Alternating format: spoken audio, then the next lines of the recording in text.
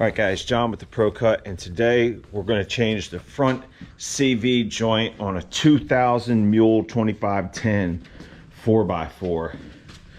The CV joint here has taken a crap due to age and abuse, because you know how we are with our toys. So we're going to go ahead and, first things first, loosen up these lug nuts, jack it up, get this tire off, and start tearing into it.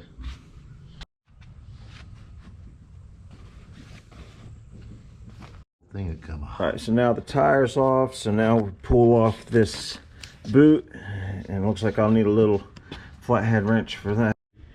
All right, so now the dust thing is off. We can go ahead and get this cotter pin out of the way and then pull this nut off. This is a 27 millimeter, and since this is free spinning, I've set the rim and tire back on, set it down on the ground, and then I'll be able to apply leverage to this to remove it. All right, now with the hub bolt out of the way, we can go ahead and loosen up the nut on the ball joint, and there's a cotter pin in that to be removed as well. So I've put the nut back on here and hit this in with the hammer to loosen that up, and then I've hit the side of the ball joint with the hammer. It wasn't loosening right up, so I put the nut on there and just tapped that. So now this ball joint is loose, so now we can try and get this apart to get that axle out of there.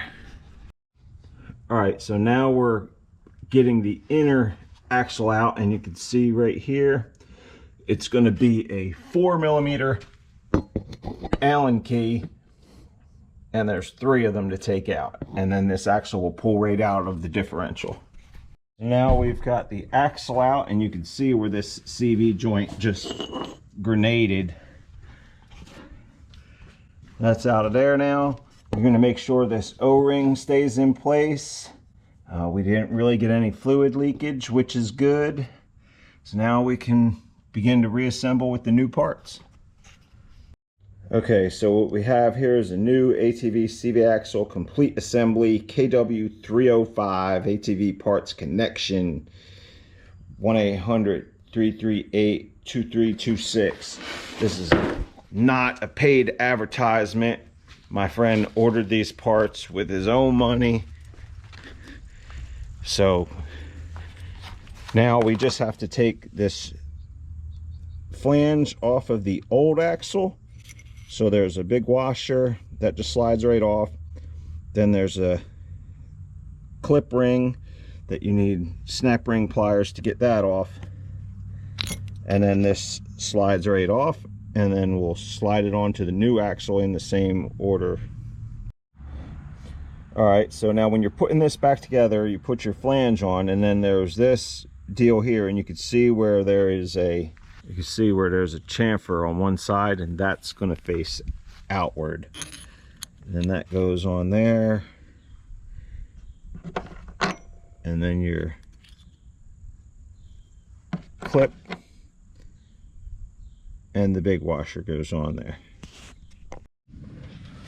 All right, so I've got the new axle in place, and these Allens are actually a 5 millimeter, not a 4. I messed up because there was a half size in my rack that I didn't take account for. So now when you're putting your new axle in, there's a splined washer before you get into the spline in the differential. So those are going to fight you a little bit. You have to get them lined up, so you'll wiggle it back and forth to get it to slide in. And then also the washer that goes on the outside of the lock clip can get out of place in there and hold you up as well. So you're going to want a set of picks or a small screwdriver or something, and that'll help get this thing into place. And then put your Allens back in there and tighten them down, and you know, just use your elbow torque on there. If you're crazy, you could try and find out what the actual torque spec is and torque them down, but I don't think that's necessary. So now we got to get this end back into here and get it back together. All right, so to get the ball joint back in, I undid the McPherson strut, and now that's fighting with me to get that back in, because hey, why wouldn't it? It came out too easy. I knew going back was going to fight. So now I'm going to try putting the wheel back on and see if I can use the weight of the machine to help me get this back into place. Stay tuned. In the meantime, like, comment, and subscribe.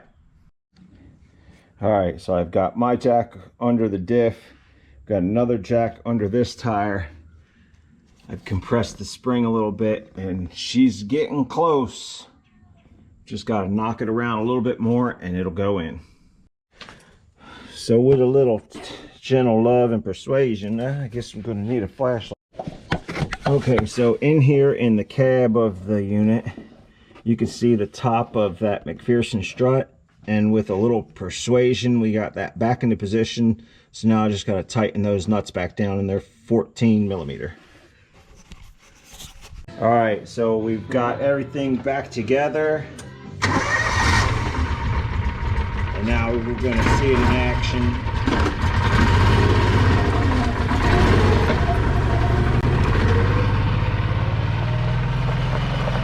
We'll try out the four-wheel drive.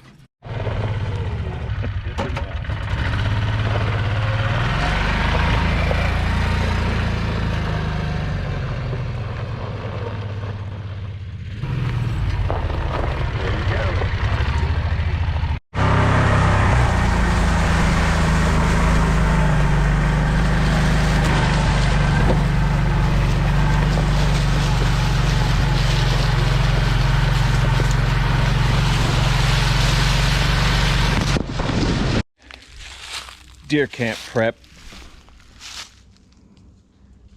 Now we got the canopy over top of the blind.